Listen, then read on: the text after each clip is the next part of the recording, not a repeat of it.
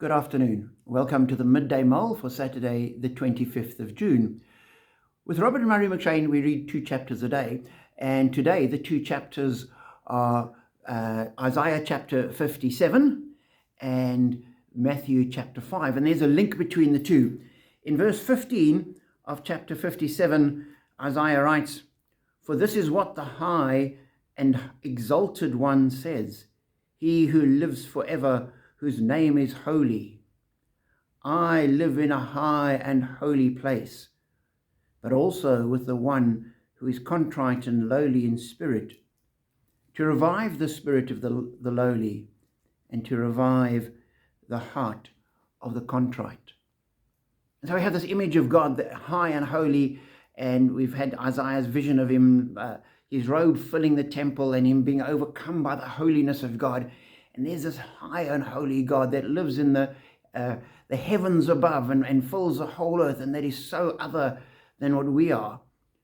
And yet he says, I also come and I live with the lowly. I am with the one who is contrite and lowly in spirit.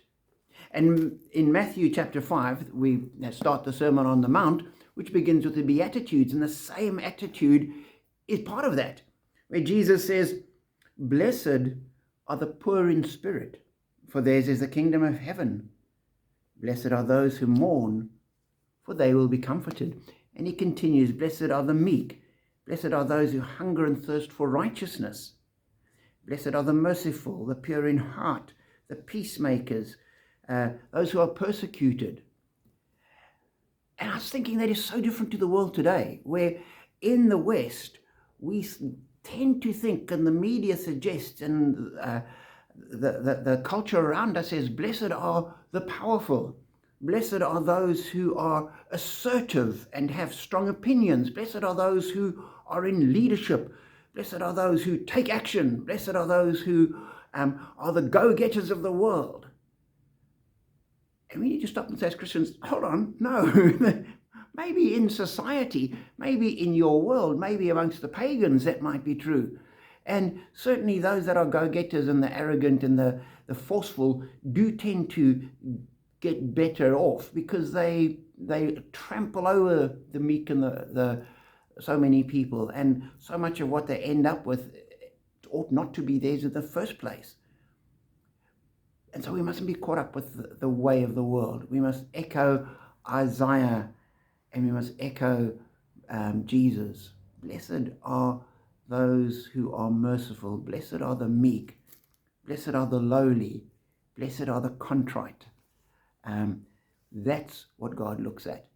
And if we want God to be with us, that's where we need to be. And if we have God with us, that is far better than anything else. No matter how much money, how much influence, how much power, how many followers and adherents and whatever else you may have in the world, if you haven't got God, ultimately you have nothing.